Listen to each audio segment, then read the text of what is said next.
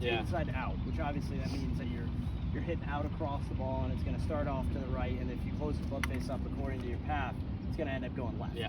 Okay. So what you need to do, and I know what you kind of been talking to me, what you're kind of trying to do is you really want to get yourself coming from the outside to try to hit yourself, even your club path up a little bit, and even try to hit a little fade. Okay. Right. Okay. So I'm gonna set two clubs up. This is gonna be your feet line, and I'm gonna line that up. Basically, I'm gonna line it up just basically just left of your target.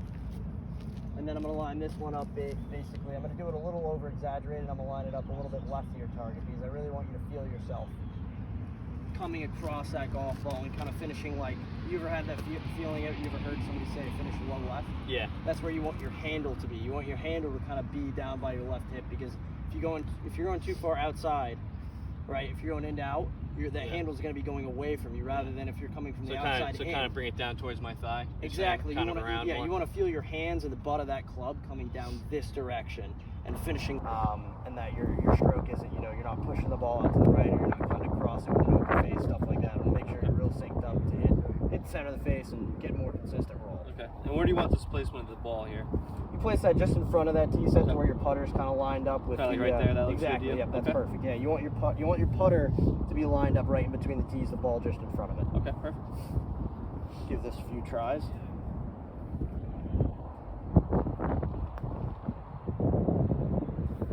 all right. A little pacey, but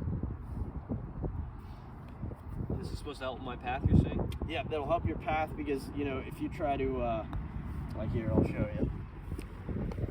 If you so like let's say you're putting like you just were, right? Yep.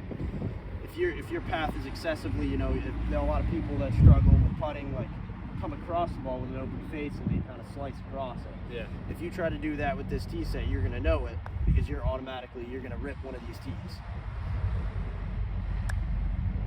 More than likely, you're probably gonna hit this inside one since that's where you're drawing the putter away from. So that it'll ensure that your path is good, and like I said, the more important part is you'll be hitting the center of the face. I want to get out, and if it happens to get close to the pin, then that's perfect. Okay.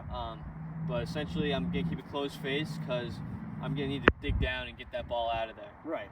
And that is one of the main differences. I love to hear you say that because that's one of the main differences that a lot of people don't know, especially out of wet sand. The only issue with using your bounce is that it's going to glide along the sand, and on a shot like this where the ball is so far below the top of the sand, you have to actually dig the sand out, and you really want to get below the bottom of that